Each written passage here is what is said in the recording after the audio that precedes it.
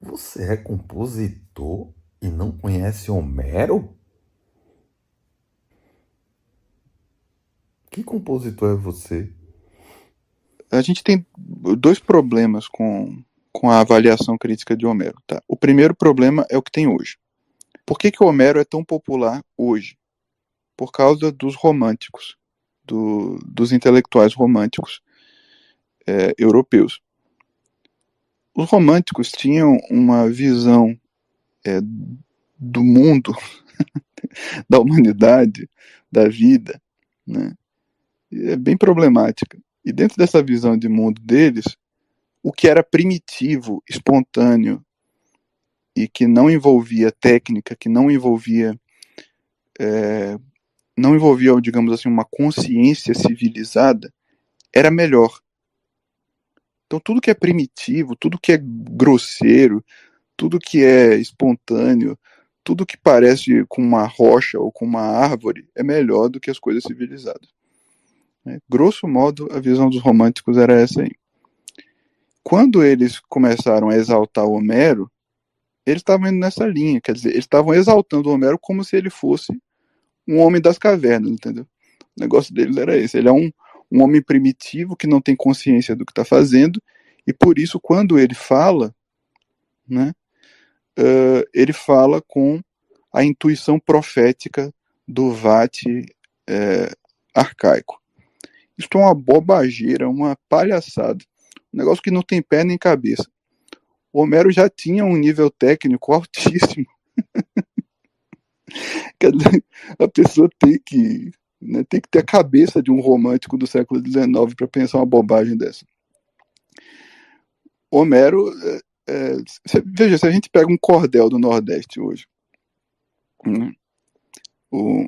Eu sou baiano e durante a minha adolescência eu li bastante cordel, né? Tinha um, inclusive, que eu estudei na escola que eu memorizei boa parte dele, que é a chegada de Lampião no céu. E Lampião foi no inferno, ao depois no céu chegou. São Pedro estava na porta. Lampião então falou: meu velho, não tenha medo. Me diga quem é São Pedro. E logo o rifle puxou.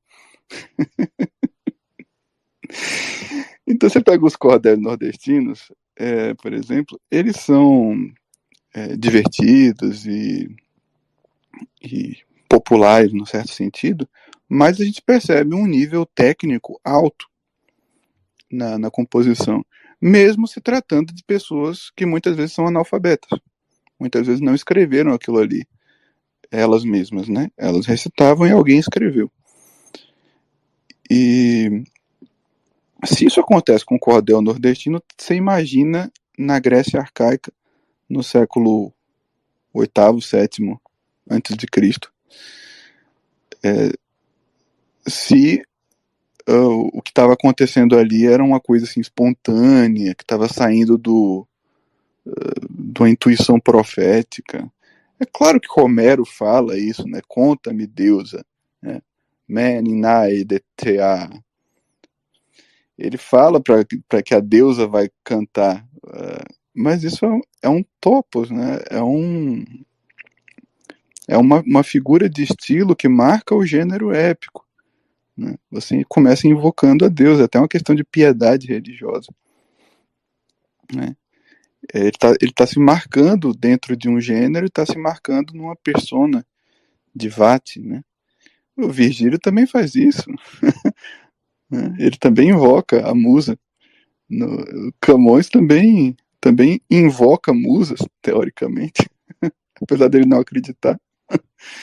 Então, só que as pessoas acham que Camões e Virgílio. Não, Camões e Virgílio estavam fazendo isso só para marcar o gênero, mas o Homero, não. Homero, ele realmente.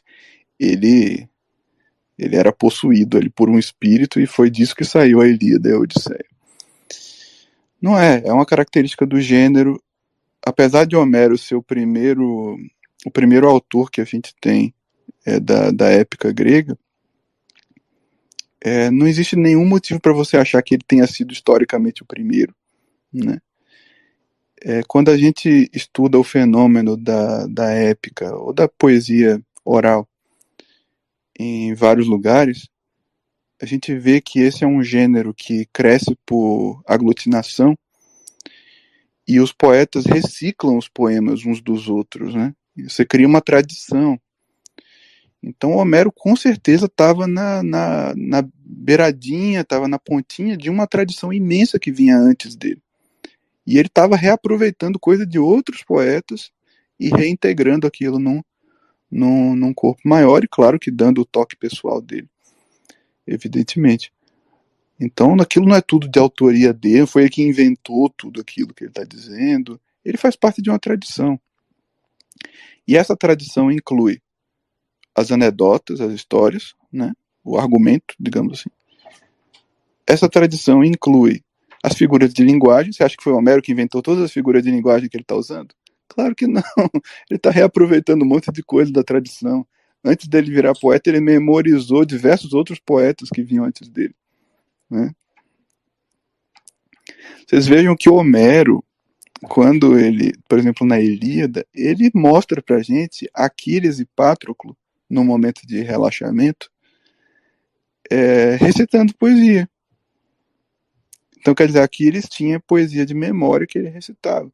Então, você acha que o Homero, quando era jovem, também não aprendeu um monte de poesia de memória? Aprendeu. E ele usava isso para compor os poemas dele. Era tudo oral, era tudo na cabeça.